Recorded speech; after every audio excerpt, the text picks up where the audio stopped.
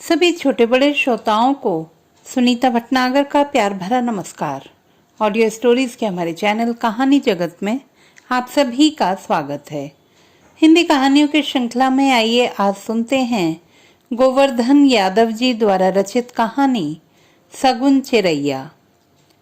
आकाश से उतरकर अंधेरा ऊंचे ऊंचे दरख्तों की शाखों पर झूल रहा था। पास ही के पेड़ पर पक्षी कलरव कर रहे थे। शायद वे संध्या गान गा रहे थे। दिन भर से अपने कमरे में कैद स्वामी जी अलसाया मन लेकर अपने आश्रम से निकले।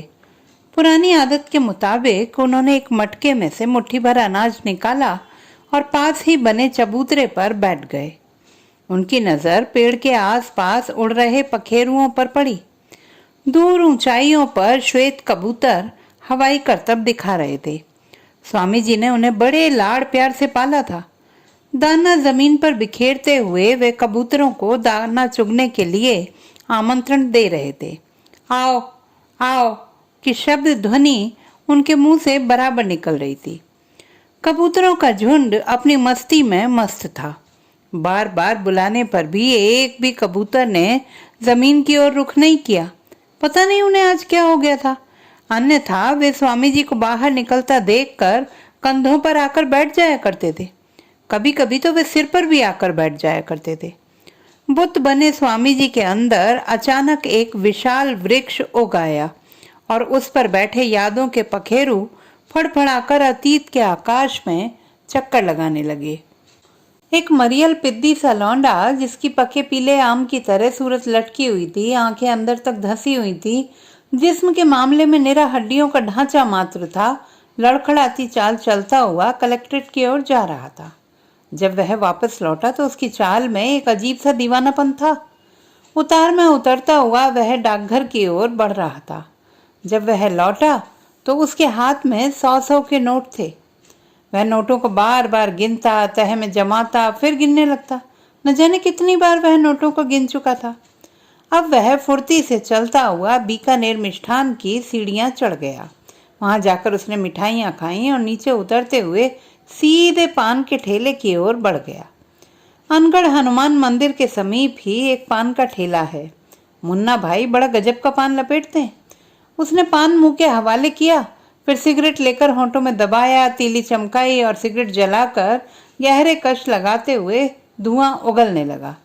सिगरेट के धुएं को उड़ाता हुआ वह मस्त चाल में चला जा रहा था। उसकी चाल ढाल और सिगरेट के धुएं के छल्ले बनाने की स्टाइल देवानंद की जैसी लग रही थी। शायद उसके होंठों पर वही पुराना चिरपरिचित गीत हर गम को धुएं में उड़ाता चला गया खेल रहा था। भूख से गल चुके सिद्धार्थ ने जब कटोरी भर खीर का स्वाद चखा तो उनके अंदर सोया हुआ बुद्ध जाग गया था। ठीक इसी तरह तरह तरह की मिठाइयाँ जब उसके पेट में पहुंची तो उसे भी बुद्ध ज्ञान प्राप्त हुआ और उसने तत्क्षण निर्णय लिया कि नारकीय जीवन से छुटकारा पाकर ही रहेगा। तेजी से चलता हुआ वह शर्मा भोजनालय पहुंचा। भर पेट खाना खाकर वह फिर हनुमान मंदिर के बाजू वाले रास्ते से चलता हुआ एक सिंधी की दुकान पर जा पहुंचा। वहां से 10-15 हाथ का एक मजबूत रस्सा खरीदा और बंडल बगल में दबाए हुए नागपुर रोड पर बढ़ चला। 4-6 फर्लांग चलने के बाद वह बोदरी नदी के किनारे किनारे चलने लगा। टेढ़े मेढ़े रास्तों से गुजरते हुए उसने एक सुनसान जगह पा ही ली। ऊंचे पेड़ की मजबूत शाखा पर उसने फंदा बनाया और 2 पत्थरों का सहारा लेकर वह फंदे के पास पहुंचा और फंदा गले में डालकर झूलने ही वाला था कि किसी के गाने की आवाज सुनकर वह अंदर तक कांप गया। फंदे को गले से उतारकर उन पत्थरों पर आ बैठा जिनके सहारे अभी अभी वह फंदे तक पहुंचा था। एक पारधी पहाड़ी गीत गाता हुआ उछलता कूदता पहाड़ से उतर रहा था। उसके गले में लोच था, अतः गीत में माधुर्य झलक उठता था। गीत तो उसका अपनी पहाड़ी भाषा में था। जब वह सांझ ढले पहाड़ उतर रहा होता है तभी एक सगुन चिरैया शाख पर बैठी दिखाई दी। उसने फुर्ती से लपक कर चिड़िया को पकड़ लिया। रंग बिरंगी चिड़िया को पाकर वह बहुत खुश हुआ। उसने ईश्वर को लाख लाख धन्यवाद दिया और फिर उसी अक्खड़ चाल से कूदता फांदता पहाड़ उतरने लगा। एक अजनबी को सुनसान जगह में बैठा पाकर उसके पैरों में अचानक ब्रेक लग गए। सरसरी निगाह डालते ही उसकी समझ में सारा माजरा आ गया। उसने अजनबी को लगभग झकझोरते हुए कड़क आवाज में पूछा था, वह यहाँ किस प्रयोजन से आया है? जिंदगी से निराश परेशान व्यक्ति ने बहेलिये की कड़कदार आवाज सुनी तो अंदर तक कांप उठा और दहाड़ मार कर रोने लगा। काफी देर तक रो चुकने के बाद अब वह नॉर्मल हो चला था। पारधी ने बड़े प्यार से उसके सिर पर हाथ फिराते हुए और लगभग पुचकारते हुए कहा, बेटा, मैं समझ चुका हूं कि तू यहाँ क्या करने आया है। तू आत्महत्या करना चाह रहा था ना? क्या मिलेगा तुझे आत्महत्या करने पर?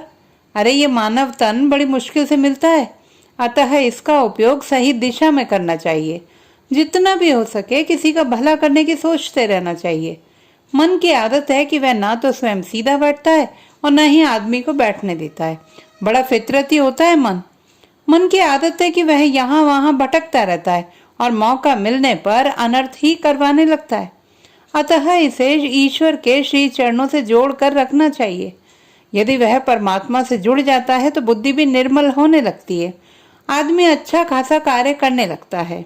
एक ईश्वर ही तो है जो सबकी सुनता है, तेरी भी सुनेगा।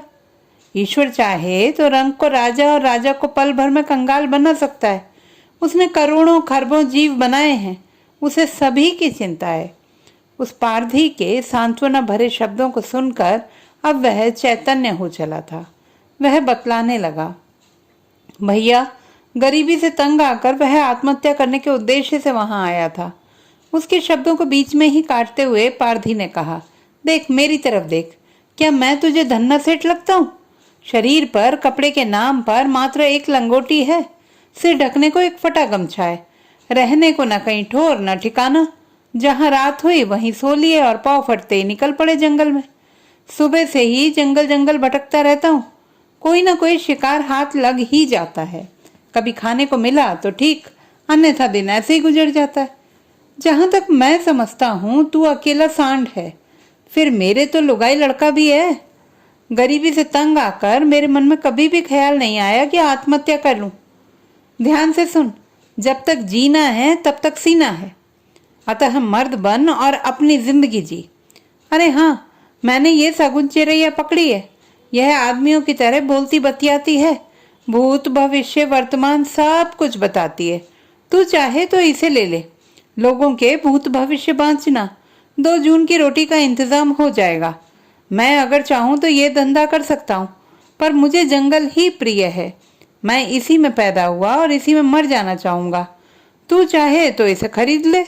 इतना कहते हुए पारधी ने अपना हाथ आगे बढ़ाया। चिड़िया को आदमी की तरह बात करता देखकर उसे कौतूहल होने लगा। उसकी जेब में अब भी कुछ रुपए पड़े थे। उसने एक 100 का नोट पारधी की ओर बढ़ाया और चिड़िया लेकर शहर की ओर लौट पड़ा। बुधवारी बाजार पहुंचकर उसने एक पिंजरा खरीदा। चिड़िया को पिंजरे में डालने के बाद वह पेंटर G.H. अली की दुकान पर जा पहुंचा और भविष्य बांचने वाला एक बोर्ड बनवाया और म्युनिसिपल कार्यालय के सामने फुटपाथ पर बैठ गया। कभी वह प्रमुख डाकघर के सामने भी बैठ जाता। जब भी कोई अपना भविष्य जानने के लिए आता, 10-5 का नोट अपनी जेब के हवाले करते हुए वह चिड़िया से उसका भविष्य जानता। चिड़िया जिस गूढ़ भाषा का प्रयोग करती, उस गूढ़ भाषा का वह अकेला जानकार था। वह उसका तजुर्बा कर सुना देता। बात 100 आना खरी उतरती। देखते ही देखते वह एक नामी गिरामी भविष्यवक्ता बन गया था। जब भी कोई व्यक्ति बड़ा बन जाता है तो वह किसी महानगर की ओर जाने की सोचने लगता है। काफी सोच समझकर उसने दिल्ली जाने का मन बनाया। दिल्ली एक ऐसा शहर है जहां कोई भी कवि, लेखक या नेता सफल होने पर पहुंच जाना चाहता है, फिर वहां जाकर अपने पैर फैलाता है और फिर शेष भारत पर अपना शासन चलाता है। अपना बोरिया बिस्तर बांध कर वह भी दिल्ली की ओर कूच करता है। दिल्ली उसका दिलो जान से स्वागत करती है। उसके वहां पहुंचते ही लोकसभा के चुनाव होना घोषित हो गया। अब उसके पास अपना भविष्य जानने राव, नेता, अभिनेता, अरबपति, करोड़पति सभी आने लगे। वे मुंह मांगी रकम देते और अपना भविष्य जानते। चुनाव का मौसम बीतते ही उसने अपना एक विशालकाय सुसज्जित आश्रम यमुना के किनारे बनवाना शुरू कर दिया। आश्रम के चारों ओर लॉन समेत आलीशान बगीचा, चलित फव्वारे, स्विमिंग पूल, इंग्लिश स्टाइल के कॉटेजेस, गाड़ियां पार्क करने के लिए भी अच्छी व्यवस्थाएं की। कामकाज को सुचारू रूप से चलाने के लिए उसने पर्सनल असिस्टेंट भी नियुक्त कर लिए। कई रूपसियों को भी उसने आश्रम में जगह दी जो विदेशियों का मन मोह सके। अब देश विदेश से लोग स्वामी जी के पास आने लगे थे। वे अपनी समस्याओं का तत्क्षण निराकरण कराते और बदले में मनचाही दक्षिणा अर्पण कर जाते। अब तो स्थिति यहाँ तक आन पड़ी थी कि लोगों को अपना भविष्य जानने के लिए महीनों ही नहीं, वर्षों तक वेटिंग लिस्ट में डाले रहना होता था। दिन भर की चकचक से थक कर चूर हो चुके स्वामी जी पलंग पर आकर पसर गए। पूरा शरीर दर्द के मारे जकड़ सा गया था। उन्होंने वहीं से पसरे पसरे अपने सेवकों को आवाज दी। पल भर में कई दास दासियां इकट्ठे हो गए। कोई तलवे सहलाता तो कोई पिंडलियां दबाता, कोई सर में मसाज करता। वे जानते थे कि इन सब से कुछ नहीं होगा। फिर उन्होंने अपने नीति सेवक से कहा कि वह चिलम भर लाए। पलंग से लगभग टिके हुए उन्होंने 10-5 गहरे कश खींचे और बक बक करके धुआं उगलने लगे। बीच बीच में वे बम बम महादेव भी चिल्लाते जाते थे। गांजे की कली अब सिर पर चढ़कर बोलने लगी थी। तभी एक असिस्टेंट ने आकर सूचना दी कि एक विदेशी आया हुआ है और आपसे अभी और इसी वक्त मिलना चाहता है। उसने तो यह भी कह भेजा है कि वो अपना काम हो जाने पर 1 करोड़ तक सहर्ष देने को तैयार है। जाओ जाओ, उसे तत्काल ले आओ, स्वामी जी ने आदेश दिया। एक सूटेड बूटेड विदेशी नमस्ते नमस्ते कहता हुआ स्वामी जी के चरणों में आकर लौटने लगा। स्वामी जी ने आंखों से इशारा किया। कमरा पूरी तरह से खाली हो चुका था। सभी सेवक कमरे से बाहर जा चुके थे। स्वामी जी ने सगुन चिड़ैया से भविष्य बतलाने को कहा, परंतु चिड़िया कुछ नहीं बोली।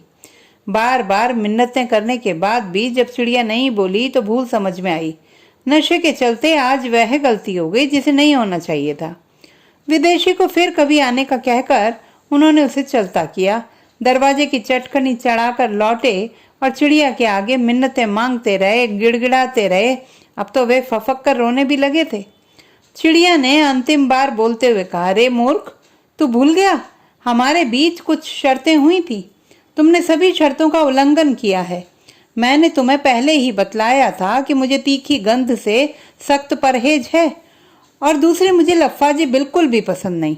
बोलो, कहा था ना। गांजे के नशे में तुम इतने धुत थे कि जब सर्वोदयी नेता प्रमोद उपाध्याय आए तो तूने समझा कि कादर खान आए, और जब बंबई से शक्ति कपूर आए थे तो तुम उन्हें कमलनाथ समझकर पक पक करते रहे, और जब एक चिंपांजी अपना भविष्य जानने आया तो तुम उसे राव साहब समझने लगे। इस तरह तुमने नशे की हालत में मेरा उपहास ही करवाया है और तुमने इस तरह सभी शर्तों का घोर उल्लंघन किया है। अतः आज से मैं मौन धारण कर रही हूँ। इतना कहकर चिड़िया खामोश हो गई। चिड़िया के खामोश हो जाने के बाद स्वामी जी अनमने से बैठे रहे और फिर बाहर आकर चबूतरे पर बैठ गए। सांझ का अंधियारा आकाश में लटक रहा था। धीरे से उतरकर वह शाखों पर झूलने लगा।